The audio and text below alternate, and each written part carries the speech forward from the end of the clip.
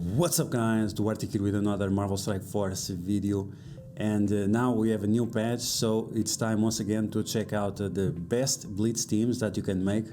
I think now I can say sure to win. Before it was trademark, now I think it's not anymore.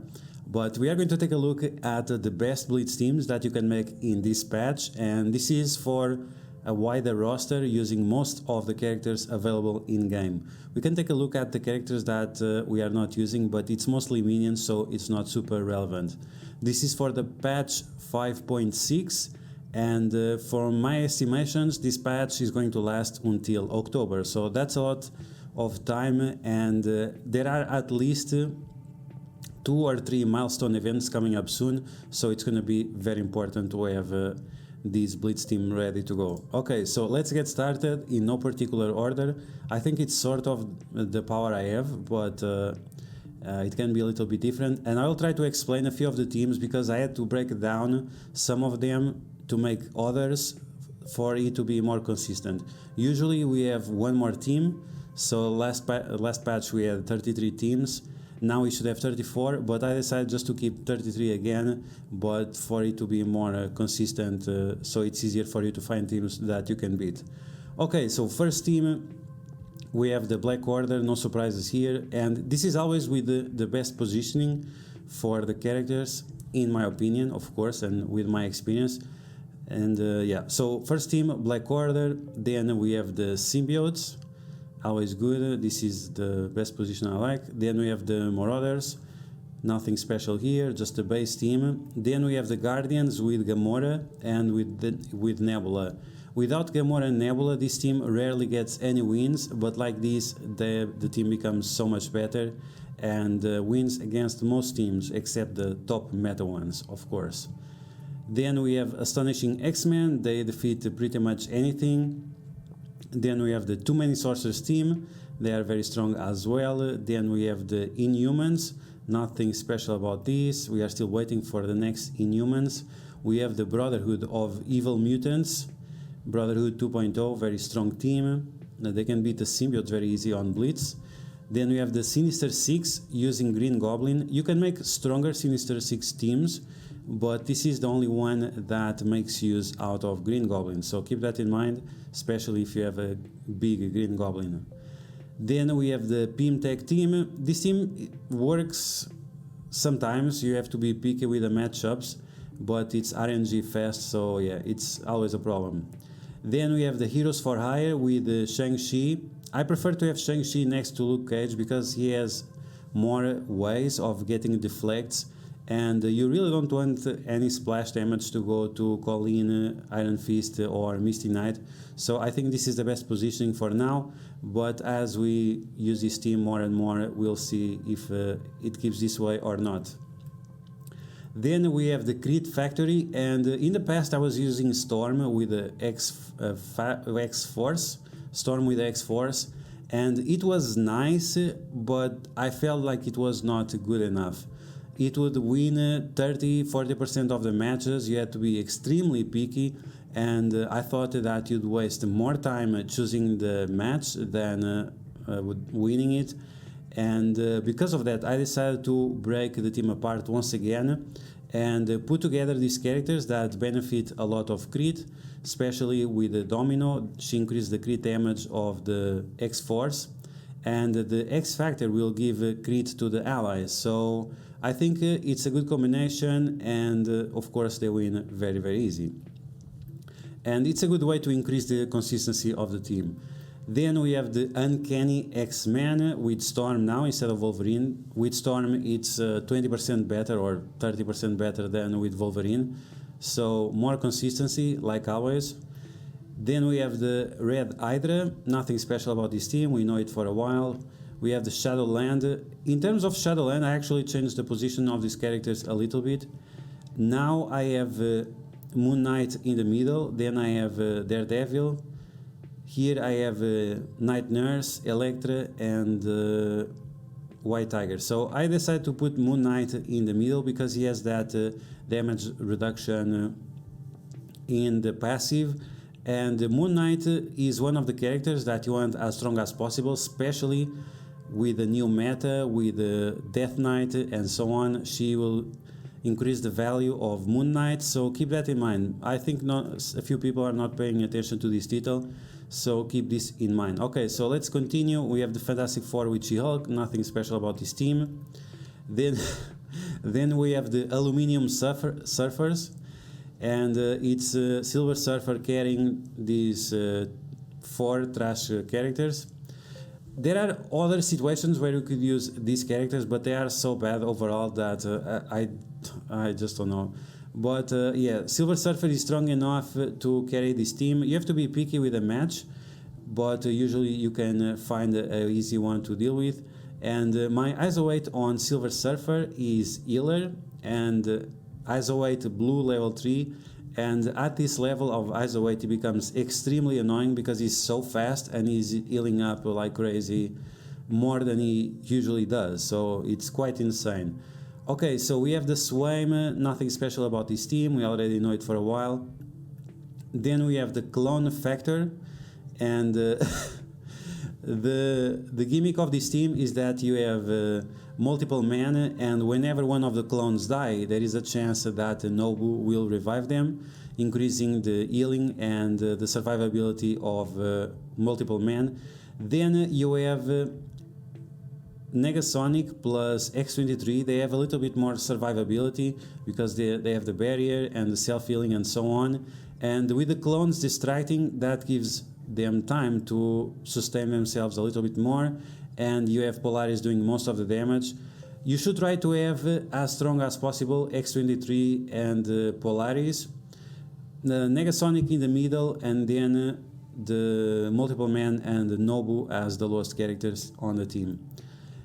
Then we have the Wakandum, and I think this is the only way that you can make the Wakanda team good is with Doctor Doom, otherwise it doesn't work.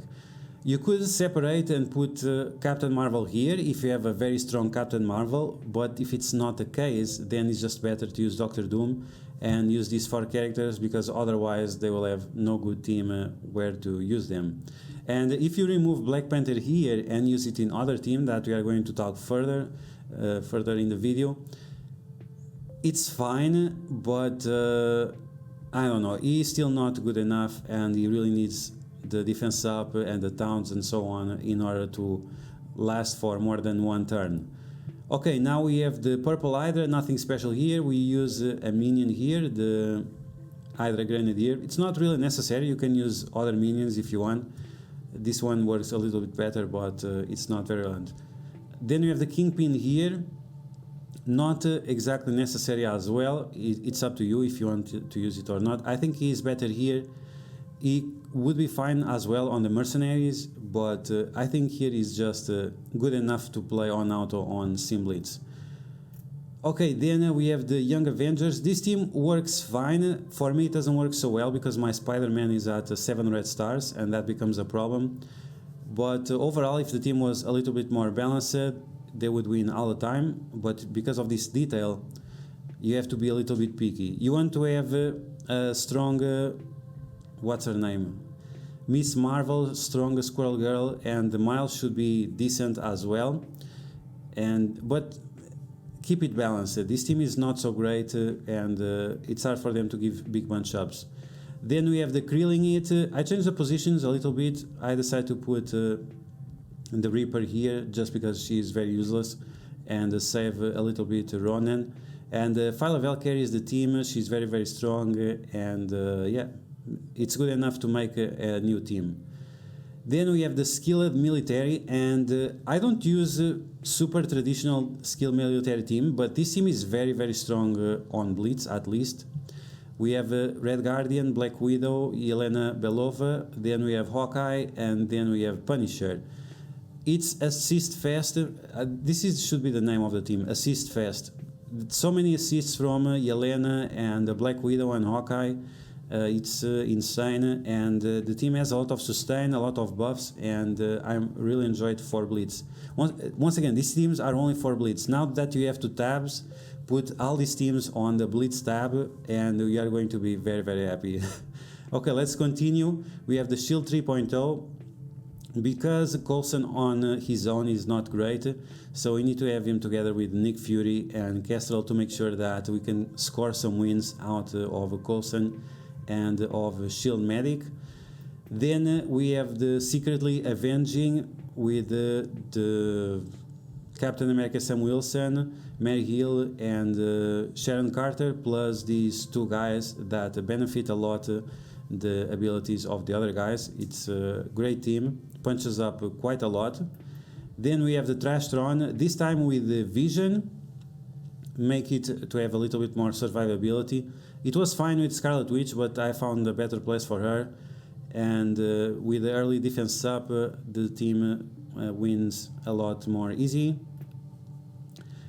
Then we have the Crit mercenaries, but Crit based. So this means that the ISO weight of the damage dealer mercenaries is going to be Crit, and that's to take advantage of the Bullseye passive that increases the crit damage whenever you do a crit.